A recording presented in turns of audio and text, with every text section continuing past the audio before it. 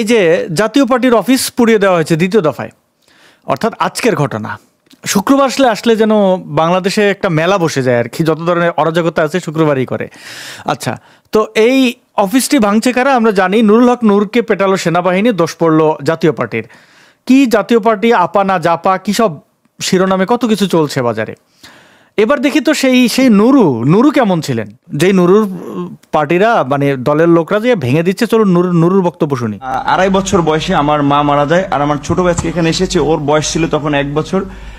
আমার মায়ের এটা আমি যতটুকু মনে করতে পারি, আমি সেটা খুঁজে পেয়েছিলাম আমার প্রাইমারির একজন শিক্ষিকার মধ্যে, আমি যেই প্রাইমারিতে পড়েছি। আর আজকে আমি মাননীয় প্রধানমন্ত্রী এতদিন টিভিতে আমি ওভাবে দেখতে পারিনি, কিন্তু আজকে দেখে আসলে আমার মনে হয়েছে যে তার মধ্যে আমার মায়ের চেহারাটা আমি কিছুটা দেখতে দেখি। শেখ হাসিনার মধ্যে নিজের মাকে দেখতে পাওয়া নুরুল হক নূর এখন এই সার্জিস, হাসনাত সহ অন্যান্য যে মবস্টার, তাদের কাছে বিপ্লবের মহানায়ক নূর ভাইয়ের উপরে হামলা কেন? নূর ভাই আমাদের আন্দোলন সংগ্রামে, ফ্যাসিবাদ বিরোধী আন্দোলন সংগ্রামের মহানেতা ছিল।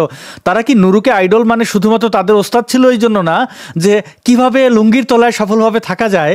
এই যেমন নুরু দাবি করলো যে আওয়ামী লীগের সে একজন শুধু ছাত্রলীগ কর্মী না, বিশাল কিছু একটা ছিল।